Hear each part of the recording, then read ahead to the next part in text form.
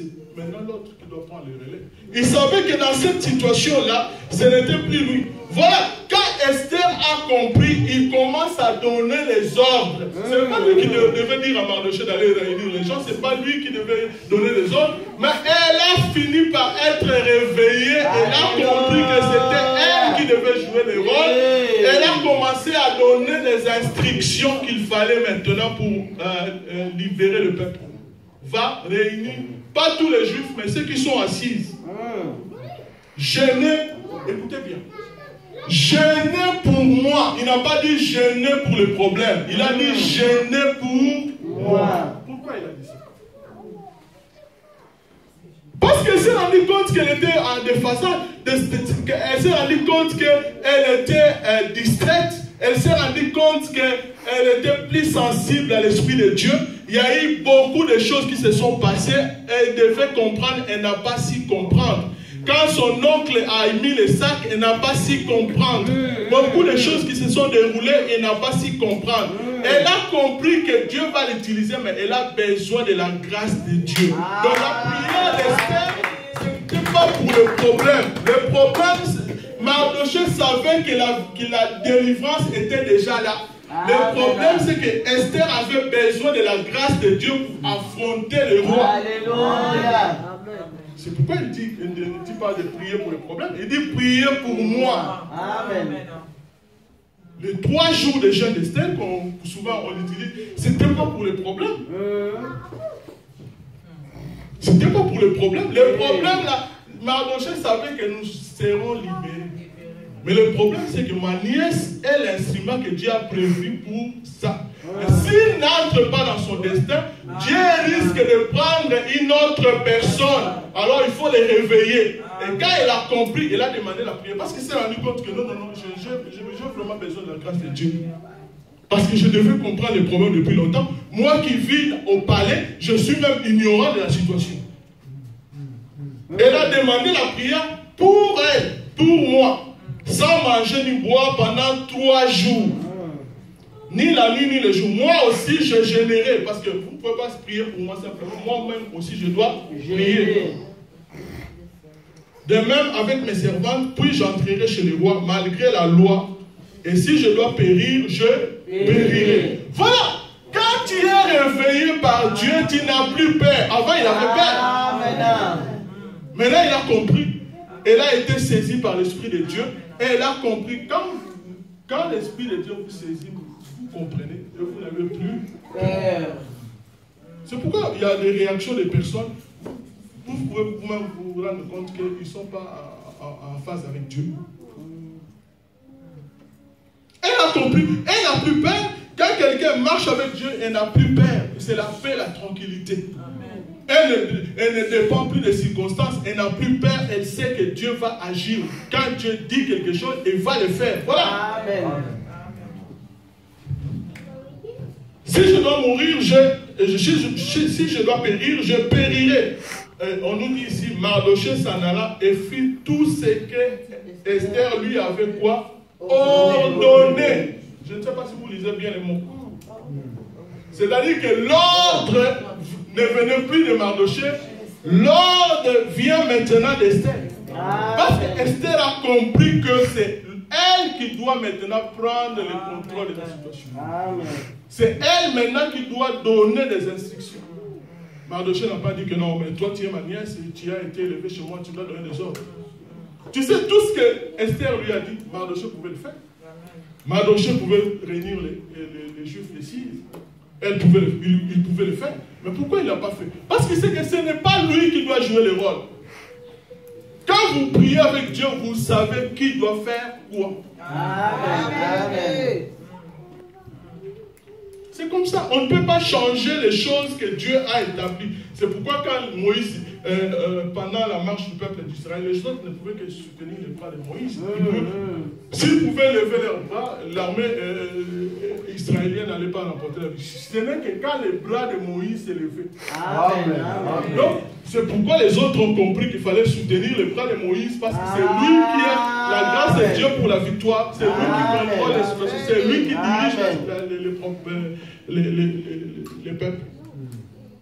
Vous savez, quand tu marches avec Dieu, les choses sont claires. Quand tu ne marches pas avec Dieu, les choses sont floues. Tu vas faire tout et n'importe quoi. Tu vas aller à gauche alors que tu n'es pas là. On ne t'a pas placé là-bas. Non. Dieu est un Dieu d'ordre. Amen. Dieu sait qui doit faire quoi, qui doit faire quoi. Amen. Maintenant, on fait tout et n'importe comment. On se lève le matin. Vous savez, un jour, j'étais en train de prier. Dieu m'a dit une chose qui est restée toujours dans ma tête jusqu'aujourd'hui. Il m'a posé la question. Il m'a dit, mais tu sais pourquoi les choses ne vont plus très bien dans les églises? Alors, je n'avais pas de réponse à l'époque. Dieu m'a dit, les gens ne veulent, il y a beaucoup de champions maintenant. Les gens ne veulent plus écouter. Il y a beaucoup de champions maintenant. Les gens n'écoutent plus Dieu. On vient prier, mais on n'a pas le temps d'écouter ce que Dieu dit. Si Mardochée a prié tout simplement comme on prie ça, écouter Dieu, il n'allait pas au palais. Parce que Dieu lui a indiqué la solution, où se trouvait la solution, il est allé au palais. C'est là où Dieu m'a dit, va lire l'histoire de Marthe et Marie. C'est là où j'ai compris très bien l'histoire de cette histoire que j'ai écouté beaucoup de prédicateurs prêcher sur ça. Ces jours-là, Dieu m'a fait comprendre la situation. J'ai compris l'activisme et faire l'œuvre de Dieu, ce n'est pas la même chose. Je ne peux pas faire l'activisme. Ces jours-là, j'ai annulé beaucoup de trucs qu'on faisait avant à l'époque. Maintenant, je dois faire des choses que Dieu dit. Voilà. Amen. Ici, Mardochée a compris très bien que ce n'était pas lui qui devait faire quelque chose. Il m'a resté combien de temps?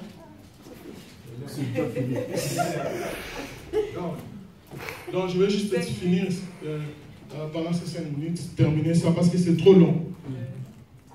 Donc, voilà, Mardochée est allé faire ce que Esther lui a dit. Qu'est-ce qui se passe? Je vais vous dire pourquoi il a prié. Maintenant, vous allez voir la réponse. Pourquoi on devait prier pour elle? Elle a compris qu'elle avait besoin de la grâce de Dieu. Elle a compris aussi qu'elle devait être sensible à l'Esprit de Dieu. Amen. Il faut simplement lire tout ce qu'on a dit avant pour comprendre que pour quelqu'un qui n'avait, comme il n'avait pas été sensible à l'Esprit de Dieu, tous les avertissements d'avant n'ont pas touché son cœur. Quand nous marchons, nous devons marcher selon l'Esprit de Dieu. Nous ne devons pas marcher selon la chair. Qu'est-ce qu'on nous dit? Je ne vais pas aller terminer tout, mais je vais juste lire rapidement, faire les commentaires et puis clôturer. Le 3e jour, Esther s'est mis ses vêtements royaux et se présenta dans la cour intérieure de la maison du roi, devant la maison du roi. Le roi était assis sur son trône royal dans la maison royale, en face de l'entrée de la maison. Cela ne veut pas dire que si tu as prié, il faut aller te présenter n'importe comment. Non, il faut être bien habillé correctement. Il y a des gens qui croient que quand tu as l'onction, tu dois aller n'importe comment, tu dois aller te présenter pour un concours, parce que je priais, je dois aller n'importe comment. Non, nous devons savoir où nous allons. Amen. Dieu, tu risques de rater ton inscription, tu peux rater ton travail parce que tu t'es comporté parce que tu as l'onction. Non, Esther savait très bien que je priais, on a prié, on a jeûné, mais je dois bien m'habiller royalement pour aller chez le roi. Donc tu as prié, mais tu dois... Il y en a même qui ne lisent pas leur cours parce qu'ils ont prié. Non, Dieu ne dit pas ça. Dieu n'est pas en train de favoriser la paresse ou je ne sais pas quoi. Tu as prié, mais tu dois faire ce que tu dois faire aussi. Ici, elle était très bien habillée, elle est allée se présenter correctement chez le roi. Et lorsque le roi vit la reine Esther debout dans la cour, elle trouva grâce à ses yeux. Et le roi tendit à Esther le sceptre d'or qu'il tenait à la main. Esther s'approcha et toucha le bout du sceptre. Le roi lui dit, qu'as-tu, reine Esther? Que demandes-tu? Quand serait-ce la moitié du royaume, elle te sera donnée. Je ne sais pas si vous comprenez la situation. Amen. Elle qui avait peur d'aller là-bas, parce que si tu n'es pas appelé, tu risques de mourir. Voilà ce qui se passe actuellement. Ce n'est même pas elle qui ouvre la bouche pour parler, mais c'est le roi qui l'introduit. Amen. Mais c'est un piège aussi. Si tu n'es pas rempli du Saint-Esprit. Parce que le roi lui demande ce que tu veux. Esther, elle te sera accordée. Même si la moitié du royaume je suis prêt même à te donner la moitié du royaume. Non seulement ta demande, qu'est-ce que tu veux, mais je suis aussi prêt à te donner la moitié du royaume. Vous savez, si vous marchez avec Dieu, si vous n'avez pas la grâce de Dieu, vous n'avez pas l'Esprit de Dieu, vous pouvez tomber dans le piège du diable. Amen. Parce que d'un côté, tu dois te demander, de l'autre, la richesse aussi. Tu dois choisir. Est-ce que Dieu l'a placé là-bas pour avoir la moitié du royaume ou pour sauver le peuple d'Israël? Tu dois savoir où tu es réellement. Tu cherches la richesse du monde ou tu es là pour sauver le peuple de Dieu. Nous sommes dans ce genre de confusion actuellement où les gens ne savent pas pourquoi ils sont là. C'est pourquoi ils peuvent faire tout n'importe quoi dès qu'ils ont devant eux la richesse. Amen. Amen. Amen. Dès qu'on lui présente la richesse, il oublie même pourquoi il était là. Il a oublié même son rôle. Il y a même des pasteurs qui n'ont plus de crédibilité parce qu'ils ont oublié leur rôle de pasteur. Parce qu'ils étaient devant des gens qui leur ont présenté la richesse. Vous allez voir maintenant. Quel était le résultat de la prière? Pourquoi Esther a demandé la prière? Vous savez, vous avez prié pour que Esther puisse aller parler au roi, oui ou non? Oui. Mais il arrive là-bas, tout d'un coup, elle ne parle même pas. Qu'est-ce que... Alors que c'est le roi qui lui demande, elle ne parle même pas. Si tu allais dire ça aux autres, ils vont dire, mais c'était l'occasion, mais pourquoi toutes les occasions ne sont pas à prendre?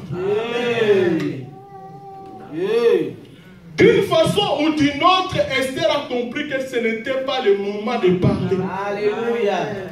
Mais avant, il n'avait pas la sensibilité pour comprendre les choses qui s'est passées. Mais maintenant, après la prière, son esprit a été renouvelé. Il est maintenant sensible à l'esprit de Dieu. Il comprend que non, ce n'est pas le moment. Malgré, vous savez, je crois 3 fois ce roi va lui poser la même question parce que je ne vais pas vous garder beaucoup. Il va reporter ça. Chaque fois, mais Esther, que veux-tu? Quelle est ta demande? Il va organiser d'abord une réception. Je crois que vous connaissez l'histoire. Je ne vais pas aller trop loin. Mais vous allez, si vous lisez ici, je crois 3 fois le roi lui a posé la question avant que Esther puisse parler. Si Dieu ne te dit pas de faire quelque chose, ne le fais pas. Amen. Dieu sait pourquoi il te dit de ne pas faire les choses à ce moment-là. Donc si vous lisez l'histoire, vous allez savoir qu'est-ce qu'Aman avait préparé. Dieu avait un autre plan. Dieu savait que d'abord il devait ridiculiser Aman. Vous savez l'histoire, tout ce qui s'est passé. Si Esther n'était pas conduite par l'Esprit de Dieu, il allait annuler tout ce que Dieu avait prévu. Je ne sais pas si vous avez déjà lu cette histoire. Il suffisait simplement qu'il dise, ah mais voilà, justement on a prié, bon voilà ce qui se passe. Non. Nous sommes conduits par Dieu, même si les occasions se présentent. Mais si Dieu me dit, non, non, ce n'est pas le temps, ce n'est pas le moment, je ne le ferai pas. Les gens peuvent dire, ah, mais tu as arrêté l'occasion, mais tu vois, tu n'as pas vu, tout était bien planifié, tout était là, pourquoi tu n'as pas fait ça? Mais Dieu sait pourquoi il te dit de ne pas le faire. Mais ça, il faut être sensible à l'esprit de Dieu. Si Esther n'était pas sensible à l'esprit de Dieu, je pense que beaucoup de choses, c'est pourquoi beaucoup de personnes ont détruit le plan, ont paralysé le plan de Dieu, tout simplement parce qu'ils n'étaient pas sensibles à l'esprit de Dieu. Ils ont fait des choses qu'il ne fallait pas faire au moment où Dieu les a interdits de le faire. Quand Dieu te dit de ne pas parler, c'est que Dieu a un plan. Amen. Voilà. Que Dieu vous bénisse. Amen.